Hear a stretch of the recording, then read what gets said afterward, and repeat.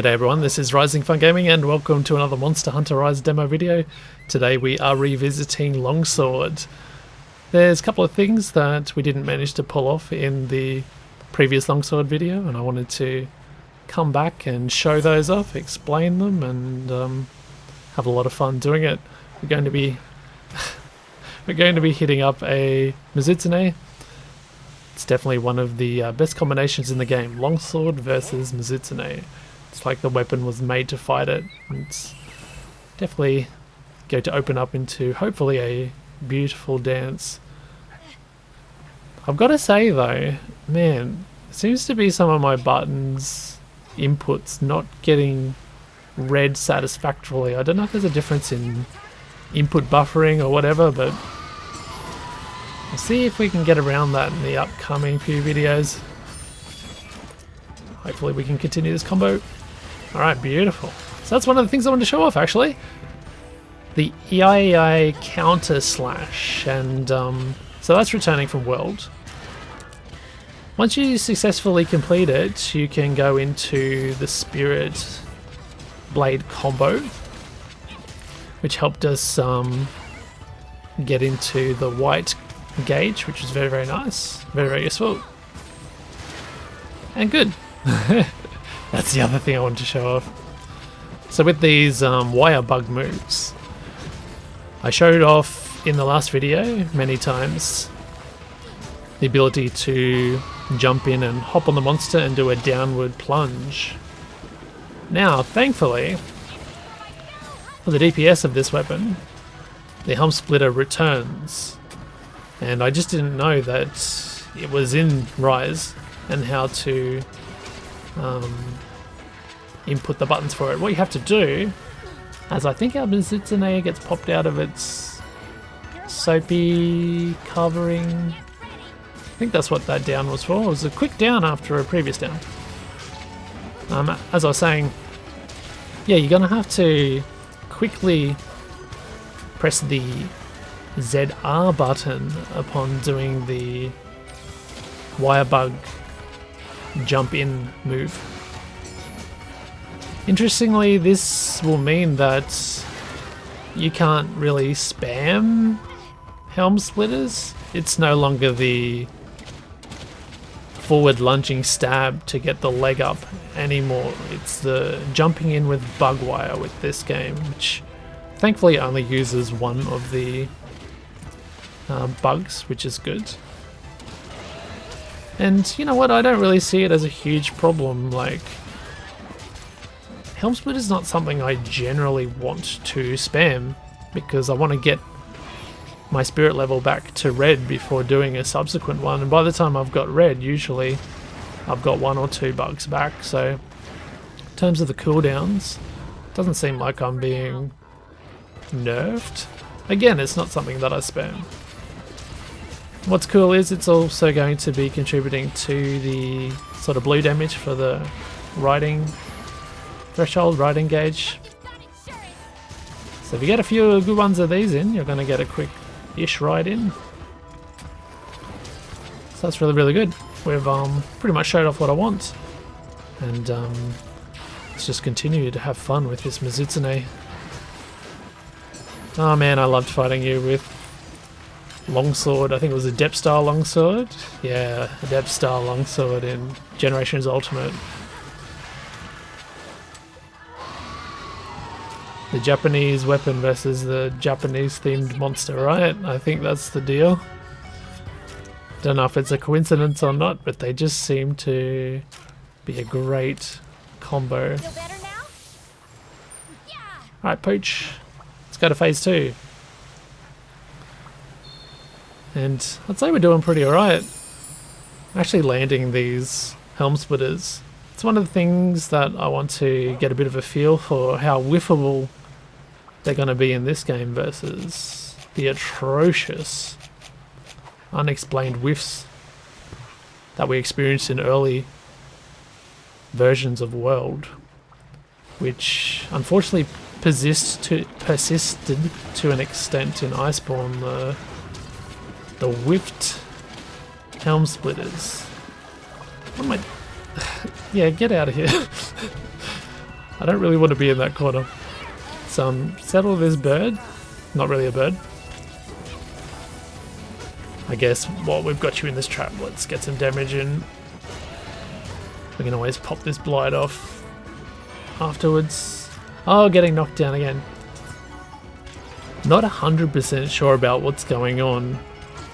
I've got like a vague knowledge from Twitter. But Mizutsune seems to have, yeah, you see what she's doing now. She's, I guess, excreting and moving around in her bubbly foam. I think she's coating herself, right? Apparently damage and resistance kind of differs in this state.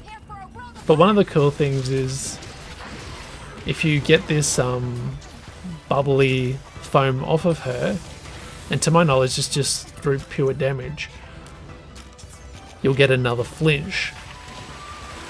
So I think it's been at least one time, maybe a couple of times, we've flinched her, and then she's quickly flinched again because one of my animal friends have followed up and popped the coating off her or whatever. I kind of like that move. She puts herself in a position where you can easily predict where her head's going to go. Stand blight. Ugh. Right. Oh yeah, there's one thing. So for those that don't know, this bubble blight that's happening, there's 2 stages, and usually you would get rid of bubble blight first or second stage alike using the cleanser, which is an item that you have to go into your camp's your camp's tent. I actually pulled that off. I wanted to show that off. I actually can escape it now. You just keep pressing B in midair after you throw that bomb. Anyway, yeah, you're gonna have to visit inside the tent and grab it out if you plan to fight Mizutsune. The other thing that can get rid of the blight is just purely by taking hits, and usually heavy hits. I guess the theory is the hit hits so hard that the liquid falls off the hunter. I don't know if many people use first stage bubble blight as a strategic sort of buff, because I've certainly noticed that you get a bit of evade distance with it, which definitely works. I mean, it is slippery bubbles you have on you. The second stage, not so much of a help, more of a hindrance, but you can still do actions, but you're slipping around half the time. You're better off getting it off. But seeing as Mizutsune is in this game, and maybe the crabs are too, one would think that perhaps we're going to get that armor skill back. Hey, there's, I forget what it's called, bubbles or something, and I think that gave you extra iframes or something. I forget. There might have been 1 or 2 buffs that come with the bubble blight armor skill. I think in Monster Hunter Double Cross, even without the armor skill, you got iframes or something. But in this game, you get evade distance up. I'm very sure it's different. Works a little bit different. Alright, so we've got you down, haven't we? I gotta admit, it's not as sloppy as I thought this run was going to be. The runs can go so much differently. I mean, in between different runs against Mizutsune particularly, I usually fight a Rathalos, a Rathian, and the fights will go pretty much the same, but Mizutsune's crazy. So, yeah. I'm glad that it hasn't gone too badly, too poorly here.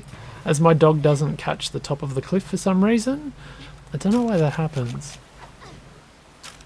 Maybe I move the camera a little bit.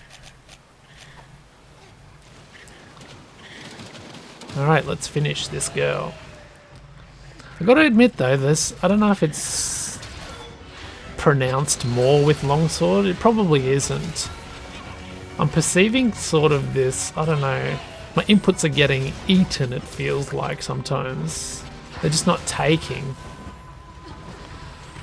which could either be, I don't know, a few kinks that they have to iron out, or it could just be the way that the weapons work now, or a difference in input buffering. We are working on the, what is it, the Resident Evil engine, whatever its proper name is. So I don't know, it feels a little bit different. Played many hundreds of hours of Longsword, and it feels slower. It definitely feels slower. The hit stop feels a little bit slower. Ah, prime example. And as you get uppercutted in the chin, yeah, I don't know. It's getting a little bit eaten, but again, game in progress, in development. We'll see how it goes.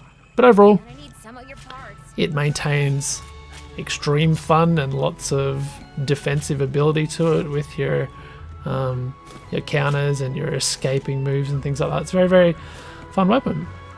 So I'm glad that we gave it a proper run this time around. Okay, thank you so much for watching my Longsword video for Monster Hunter Rise demo. Hopefully everyone's having lots of fun with it, and we'll see you in the near future with another weapon.